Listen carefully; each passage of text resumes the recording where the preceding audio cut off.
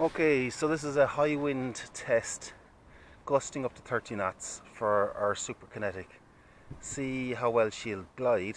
I know it's not its intended purpose, more for acrobatics. Just see how well she'll glide, and can we avoid this troublesome tip stall that's caused so much trouble. So we put in a smaller battery, 900 milliamp hour, 7.4, so she's going to have less power, but hopefully she might be a bit more stable.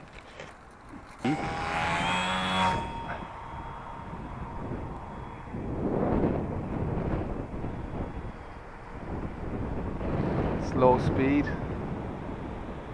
that's quite good. Give her a circuit.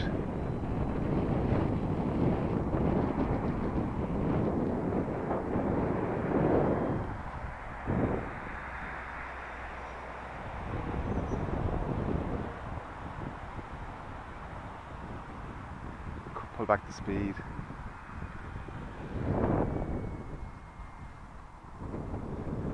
She's handling that quite nicely.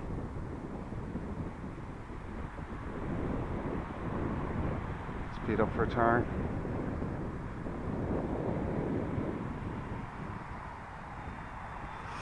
That's sketchy.